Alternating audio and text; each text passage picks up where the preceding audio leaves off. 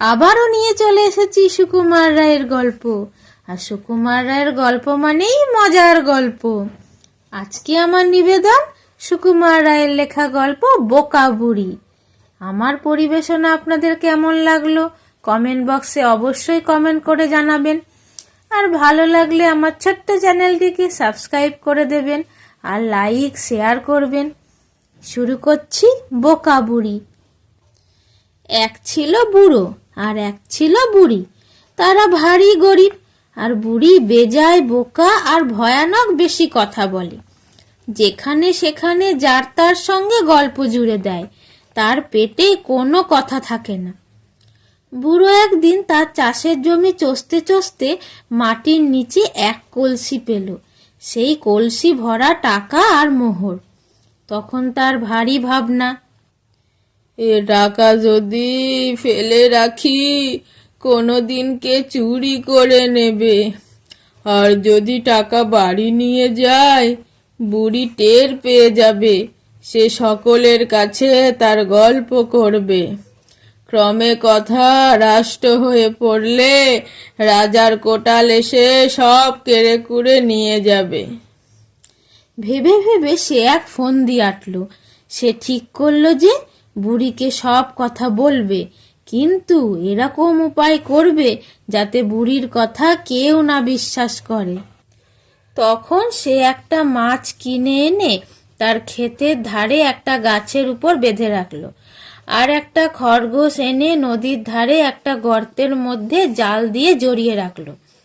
তারপর সে তার স্ত্রীকে গিয়ে বলল, একটা ভারী আশ্চর্য খবর শুনলাম। গাছের ডালে নাকি মাছ উড়ে বসে, আর খরগোশ নাকি জলে খেলা করে। আমাদের গণক ঠাকুর বললেন, মৎস্য বসেন গাছে, জলে খরগোশ নাচে। গুপ্ত রতন খুঁজলে পাবে, খুললে তারই কাছে। বুড়ি বলল, তোমার যেমন কথা। বুড়ো বলল, হ্যাঁ, এরকম নাকি সত্যি সত্যি দেখা গেছে। এই বলে বুড়ো আবার কাজে বেরুলো। আধ ঘন্টা না যেতে যেতেই বুড়ো আবার ফিরে এসে ভারী ব্যস্ত হয়ে বুড়িকে সেই টাকা পাওয়ার কথা বলল। তখন বুড়ো বুড়ি মিলে টাকা আনতে চলল। পথে যেতে যেতে বুড়ো সেই গাছতলায় এসে বলল, গাছের ওপর চকচকে করছে, ওটা কি? এই বলে সে একটা ঢিল ছুঁড়তেই মাছটা পড়ে গেল। বুড়ি তো অবাক। তখন বুড়ো বলল, নদীতে জাল ফেলেছিলাম, মাছ টাছ পড়লো কিনা দেখে আসি।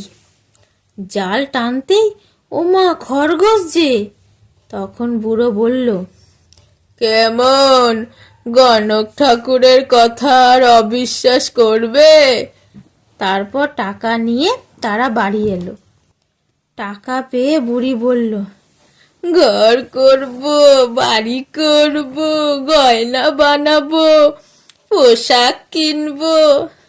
বুড়ো বলল, ব্যস্ত হইও না, কিছুদিন রয়ে সয়ে দেখো, ক্রমে সবই হবে।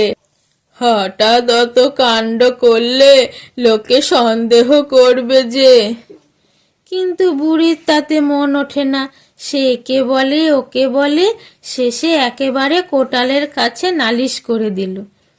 কোটালের হুকুমে বুড়োকে হাতকড়া দিয়ে হাজির করা হলো।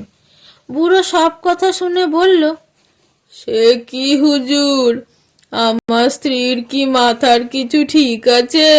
সে তো ওরকম আবোল তাবোল কত কি বলে। কোটাল তখন তেড়ে উঠলেন, বটে, তুমি টাকা পেয়ে লুকিয়ে রেখেছ, আবার বুড়ির নামে দোষ দিচ্ছ। বুড়ো বলল, কিসের টাকা, কবে পেলাম, কোথায় পেলাম, আমি তো কিছুই জানি না। বুড়ি বলল, না, তুমি কিছুই জানো না। সেই যেদিন গাছের ডালে মাছ বসেছিল, নদীতে জাল ফেলে খরগোশ ধরলে, সেদিনের কথা তোমার মনে নেই? কচি খোকা আর কি। তাই শুনে সবাই হাসতে লাগলো। কোটাল এক ধমক দিয়ে বুড়িকে বলল, যা পাগলি, বাড়ি যা, ফের যদি এসব যাতা বলবি তোকে আমি কয়েদ করে রাখবো। বুড়ি তখন বাড়ি ফিরে গেল। কোটালের ভয়ে সে আর কারো কাছে টাকার কথা বলতো না।